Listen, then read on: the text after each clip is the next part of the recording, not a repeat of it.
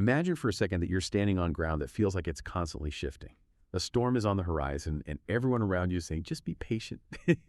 Wait for a reward that might not even exist. Now, just listen to the sound of someone completely refusing that idea. I'm going to get my share now. What's mine? That line.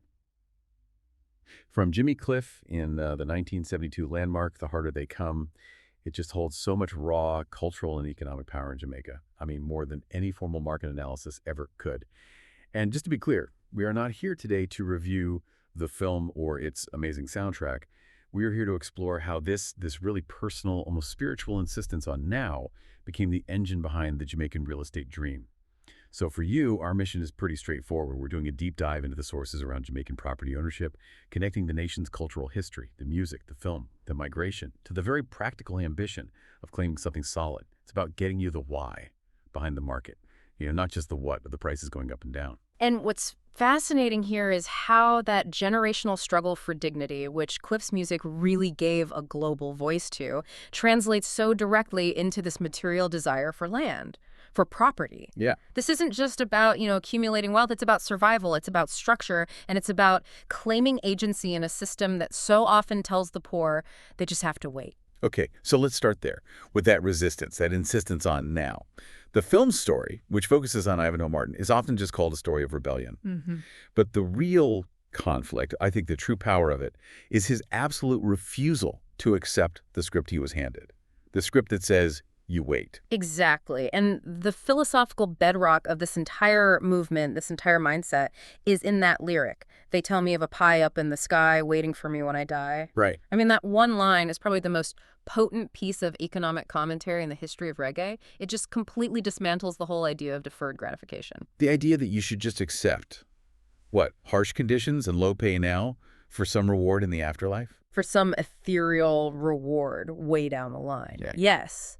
And he's saying, no, the reward is for now. And so property ownership, in that context, it becomes the ultimate rejection of that whole idea. It's a physical proof of agency. It is. It's the ultimate decision that life is not just going to happen to you. You're going to happen to it. You're going to happen to it.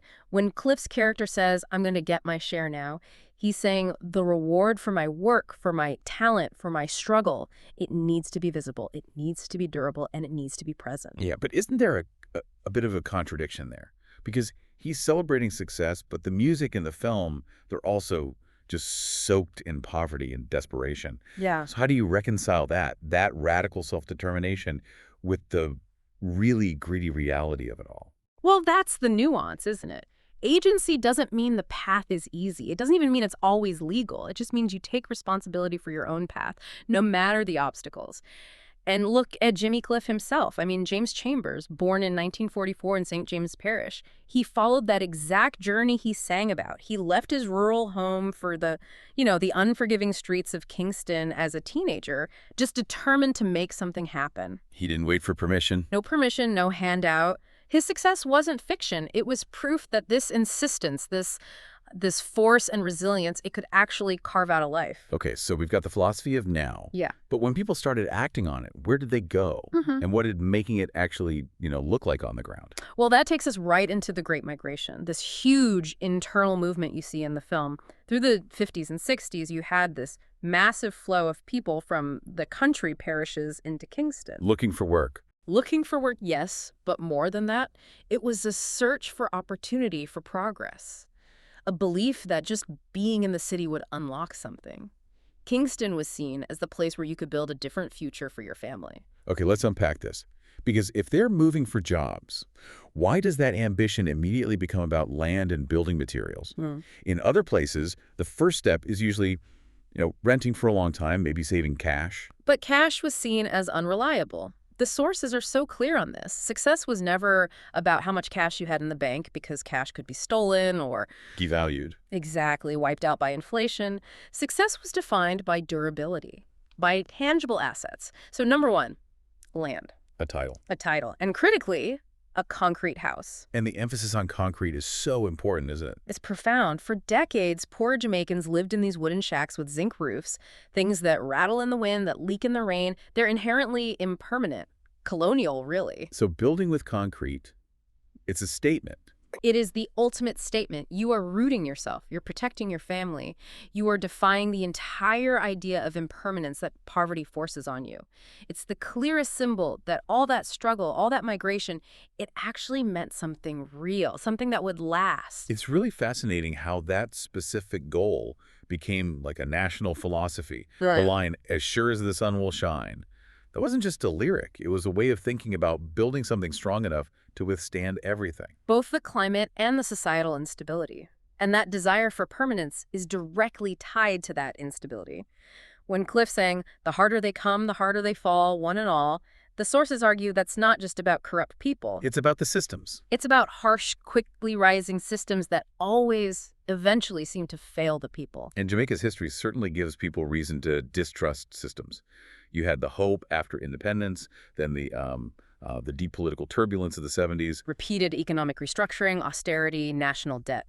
The ground was always shifting under their feet. Absolutely. The economic ground was so volatile. Saving cash felt pointless if the currency was just going to depreciate. And yet, people kept building right through it all. And this is where that idea of informal building is so key, right? Yes. Sometimes it was legal, sometimes it wasn't. But it was always done with this intense effort, often literally one block at a time, funded by tiny savings or money sent from family abroad. Which brings up a really complex legal situation. I mean, if you're claiming your agency by building, but you're doing it on land without a clear title, how do you square that desire for permanence with, living underground? That's the central tension. Remember Cliff's lyric, "The oppressors are trying to keep me down, trying to drive me underground." For so many people, building on land with an ambiguous title was the only way to get housing security. It's a huge risk. A massive risk. But the house itself, the physical, concrete proof of your labor, that was seen as a kind of moral collateral, even if the legal papers weren't perfect. Property stops being an economic asset and it becomes purely a survival mechanism, an anchor. An anchor that is constantly being tested. I mean, we can't talk about Jamaican housing without talking about nature. About hurricanes. Gilbert in 1988. Gilbert was an existential threat, a Category 5 storm that just flattened communities, wiped out years of labor overnight. And more recently, you have storms like Melissa, other systems that demand this constant vigilance. Rebuilding after that isn't just expensive, it's emotionally draining. But the sources all point to the same thing. After every major storm, the commitment to rebuild right there in the same place, but with even stronger concrete, is just unwavering. So why not just move? After that level of devastation, why not go somewhere else? Because the home is so much more than just shelter. It's memory, it's labor, it's sacrifice, and it's the dedication of the huge diaspora community. Ah, the remittances. Yes. This is the crucial part. We're talking about remittances folded into concrete. Hundreds of thousands of Jamaicans abroad sending money home, not for the stock market, but to buy one bag of cement at a time. To physically build, it's a generational promise. So that deep investment in the actual structure makes the idea of starting over somewhere else just unthinkable. Far more costly than rebuilding. It's a commitment to that specific piece of land and to the family's future made solid. So if we connect this to the bigger picture, it sounds like in Jamaica, property ownership is framed, really, as an act of resistance. Absolutely. It's resistance to political instability, resistance to being dependent, resistance to being displaced or priced out. It's this multi-decade habit of saving and building, not because it was the most, financially optimal choice. But because it was the necessary cultural choice, the generational choice. A strong concrete house was proof that your endurance and your sacrifice could actually turn into a lasting legacy. That context is just so vital. It explains why any conversation about real estate in Jamaica is never neutral. It's always personal. Always. So let's bring this history of relentless persistence into today. If the struggle is constant and the prices are always going up, when is the right time to claim your share now? And that is the challenge for the current generation, isn't it? They're often paralyzed by this myth of perfect timing. Right. Historically, there has never been a perfect time to buy property in Jamaica. Prices climb. Inflation is a constant. Material costs are always soaring. People wait because they're told to, wait for the market to correct. It sounds like the sensible, responsible thing to do. It does. But the history we've just gone through argues that waiting is fundamentally the wrong philosophy for this specific market. And that brings us to, I think, a really powerful point from a chartered builder named Dean Jones. He has this deep insight into Jamaican property development, and he puts it like this. He says, in Jamaica, property ownership has never been about timing the market. It has been about deciding that your future deserves a physical place to stand. And that just crystallizes the whole philosophy. It's the Jimmy Cliff mindset, translated directly into real estate. It is about action over delay. It really is. Cliff rejected that promise of a deferred reward, and generations of Jamaicans have chosen to build now, to buy now, to start paying now, even with all the uncertainty, because they understand that the cost of waiting is often way higher than the cost of acting imperfectly. And this philosophy, take responsibility, expect resistance, keep moving anyway, it's being tested so much right now. We see huge diaspora investment driving up demand. Right, especially in the urban areas. And young people are genuinely asking if ownership is even possible for them anymore. And the diaspora connection is key. Those remittances aren't just small amounts anymore. They are often large, structured investments. And because diaspora buyers fundamentally get that property means security, a hedge against volatility. A lesson their parents and grandparents taught them. Exactly. So they're often less sensitive to the price. They see it as fulfilling that generational promise we talked about.